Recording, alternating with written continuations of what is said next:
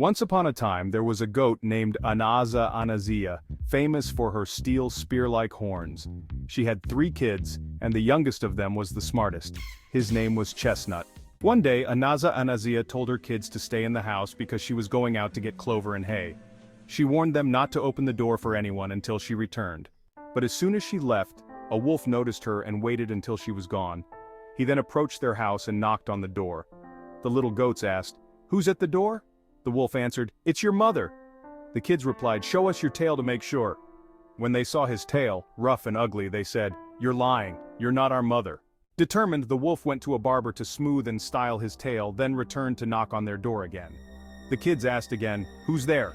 He replied, "It's your mother, look at my tail." This time it looked neat, but the youngest kid, Chestnut, warned his siblings, "Don't open the door! That's the wolf! He has a rough voice and coughs because he smokes!" So the wolf went to a doctor, got a cough treatment and softened his voice, then returned once more to try to trick the kids.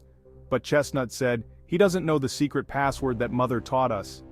Their mother's password was a special knock knock knock knock, and when the kids responded she would say, "2 boobs of milk and 2 horns of grass." Only then would they open the door.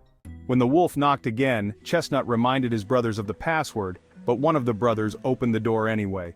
Chestnut quickly hid inside a clock, but the wolf entered and swallowed his siblings.